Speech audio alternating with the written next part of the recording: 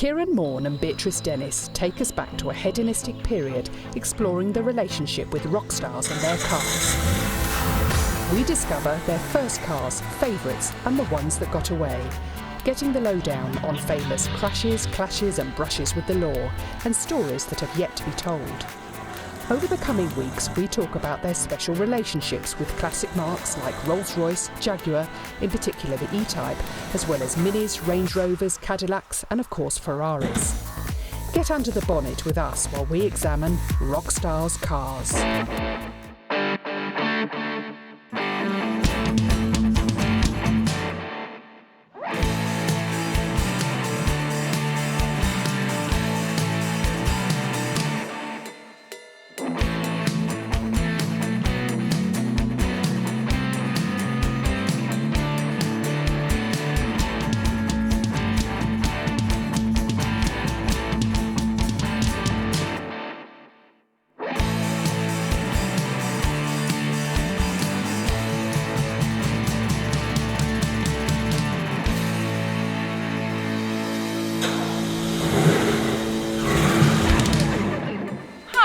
I'm Beatrice Dennis. And I'm Kieran Morn. And welcome to Rockstars Cars, the show where we discover the amazing automobiles of our favorite rock stars. Kieran here, our resident car connoisseur, is going to take us on the ultimate road trip. Today, we'll talk to our stars about their favourite cars and their very first car. First up, the one and only Suzy Quattro. We had a band van with the Pleasure Seekers in pink. All-girl band. And then I came over here, had success, and the first car I had was the Mercedes. It's the two-door with the little convertible, and I bought that from Mike Chapman, who had bought it from Engelbert Humperdinck. That was my first car, fantastic car. First car was a 1927 Austin Chummy, 20 quid's worth. So when I started to drive, the idea was that I'd get something that I could look after myself. That's why the Austin 7 came up, because it is the most easily looked after I guess it is, device. yeah, absolutely. Well, you need some gaffer tape and a pair of pliers. And some araldite. So have you still got the car? Or? No, I haven't. I sold it to buy an Austin Nippy when I wanted to get a bit more sporty. And I've since then looked for it, and I think it's probably was broken for spares. So what I did do was I replaced it with actually a rather nicer one that I hadn't worked on. It was a Triumph Vitesse. It was yellow, and I think I bought it in 1965. I've been driving my dad's old car before that. It was I can't remember what it was. I can see it, but I can't remember what it was. But the first car I had was a Triumph Vitesse, which I had for about 2 years, and it was a great car. And I went into a place in Dudley which sold cars, and there was this red Triumph Spitfire. Being red, you know, because I'd always loved Austin Healey's and things like that, but you can never afford one of them. I remember it was just like, you know, because it was £400 to buy straight out. Doesn't sound much now, does it? But that was quite a bit of money then, so it was probably a tenner a month. I can't remember exactly what it was, but we took out HP, but your parents had to sign a form. And I must admit, sometimes I didn't make the payments. The old man had to step in. Oh, what? My first sports car was a Triumph TR6. Brand new, I mean, and I loved it, okay? I was having a great time. So one time I go to the dealership, and I guess the manager comes to me and says, "You've taken care of that TR6 so good that we can sell it for even more than you paid for," he says. "I tell you what, let me buy your TR6 back from you, and I'll let you take that Jaguar there is out there in the showroom." Series 2. And it was given to me almost for the same monthly payment.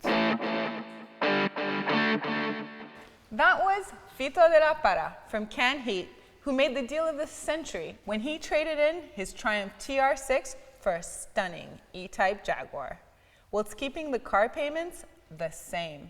What an amazing deal. Now we talk about favourite cars, and Nick Mason saw the potential in the rare and beautiful Ferrari GTO.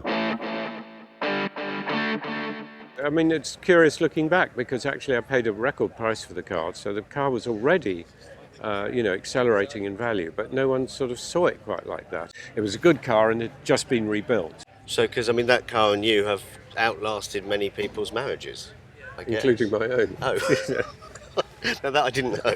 Okay. Yeah. And I took both my girls to church for their weddings. And, wow. No, it's sort of part of the family. What were the best road cars you ever had? I had to buy myself a Rolls Royce so I could say I've owned one. I think that was awesome. I kept that for a few years, the most in the Isle of Man, and lovely car, really nice, but didn't go around corners very well. No, they don't. They don't. They seem to lean. Yeah, so then I went and bought, it was an impulse buy, I bought a Cadillac from the Gold Hawk Road. It was dark blue, but it did have a vinyl roof, but then I had it resprayed white. And that was fabulous because it was a great big armchair of a thing with a 6-litre engine. I drove it up to Scotland. It would have been cheaper to have hired a helicopter actually to do it, because every service station I'm having to fill the blooming thing up, But it was a comfortable old car. It really was fabulous. Hi, I'm Andy Fairweather-Lowe, believe it or not, and you're watching Rockstars Cars. Now it's time for Rockstars Cars Revisited, where we take one of our celebrities and put them behind the wheel of their most memorable motors. Who's on this week, Kieran? Today we put Alan Whitehead from Marmalade back behind the wheel of an E-Type Jaguar 40 years later. It reminds me so much of that era. They are, compared with a modern day car, they're a bit of a handful now. I mean, the steering is quite heavy, the brakes aren't as good as a modern day car. With an E-Type, you have to drive them, not a car you can just relax at the wheel. And when I think of the speeds that I was doing in my E-Type, I mean, I remember I came back from Birmingham to Finchley, I did it in an hour.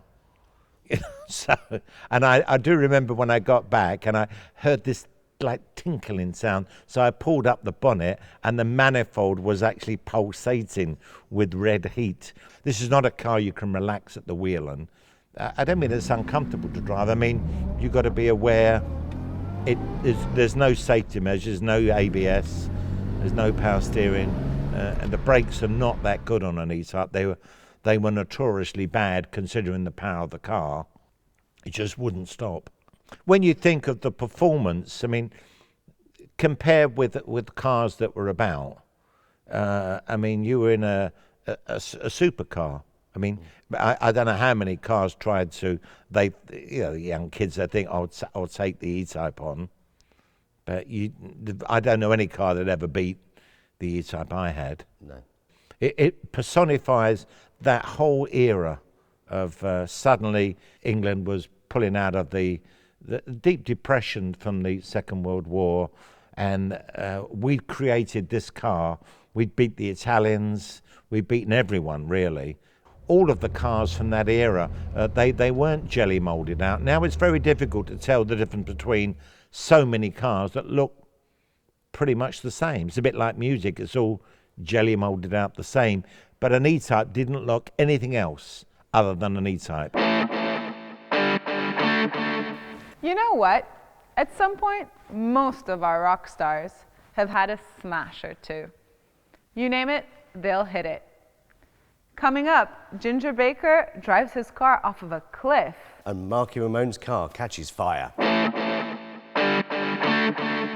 So I've been like driving all night, and it was probably 9, 10 o'clock in the morning, with the sun up and that, and I was really flying along. I was in the Atlas Mountains, and there was this chick appeared walking on the other side of the road. She looked incredibly beautiful, and I looked at her a little bit too long, and I suddenly found I was on a very sharp bend with a drop over the side. It went straight down, right, for about 500 feet. I sort of spun the car I saw an olive tree and I thought, that's for me, and I parked it on the olive tree.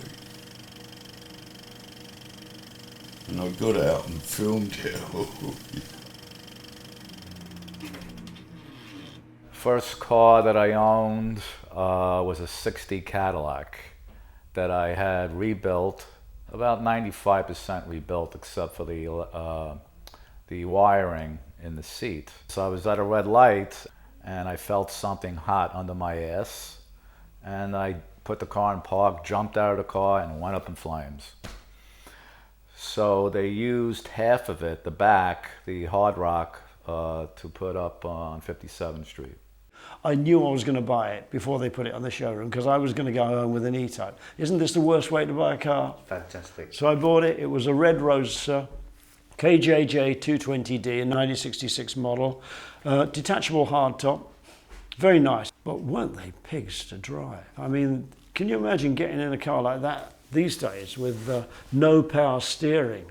And it was so low to get in. I actually ripped a pair of trousers getting into it once. The Miura was a nightmare from day one because I'd ordered it.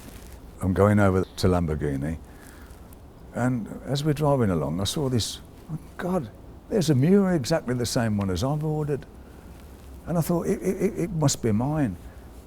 No, it can't be mine, it's got a big dent in the back. And sure enough, I followed it to Lamborghini, it was mine.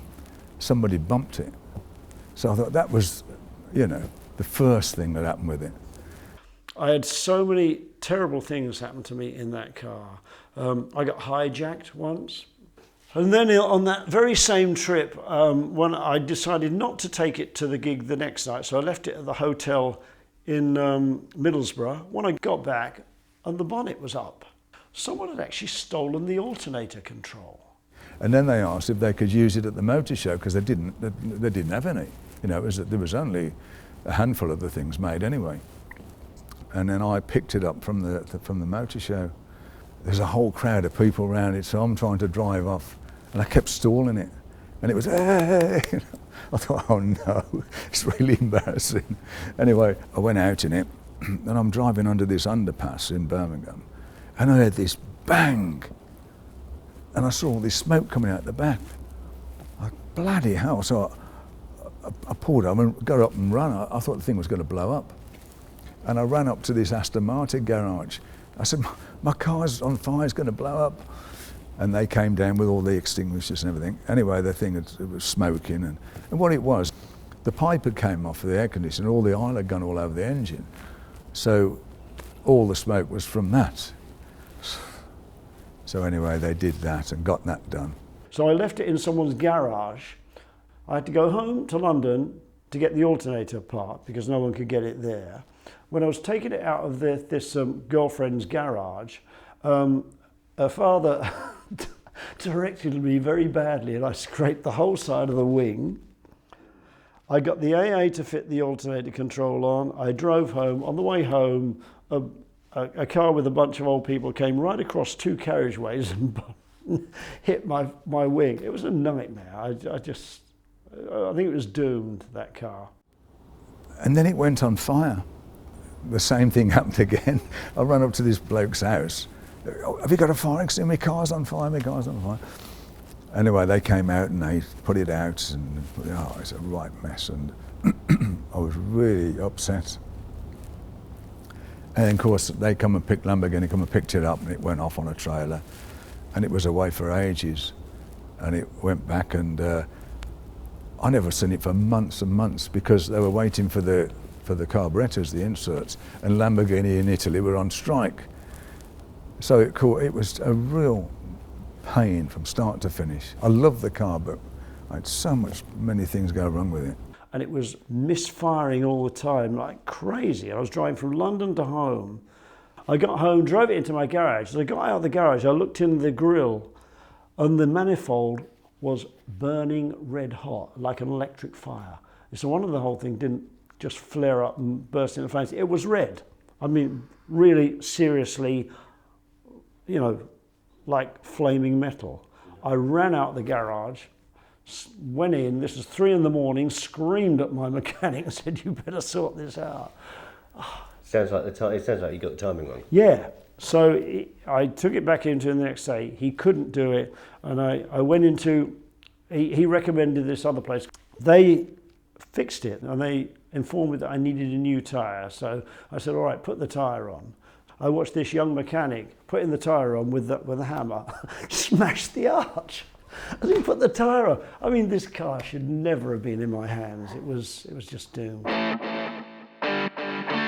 Being in a pop group gave you the opportunity to fulfill your dreams, and so for me, the status symbol of a young guy was driving that lovely car.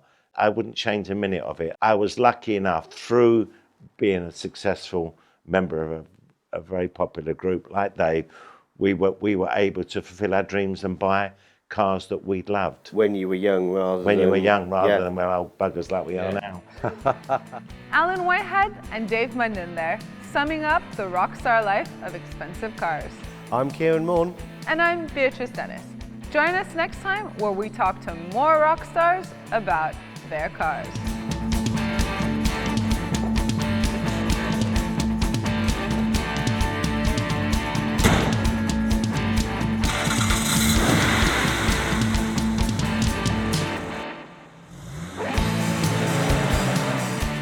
We stepped out of every car without a mark on us. God protects fools and drunks.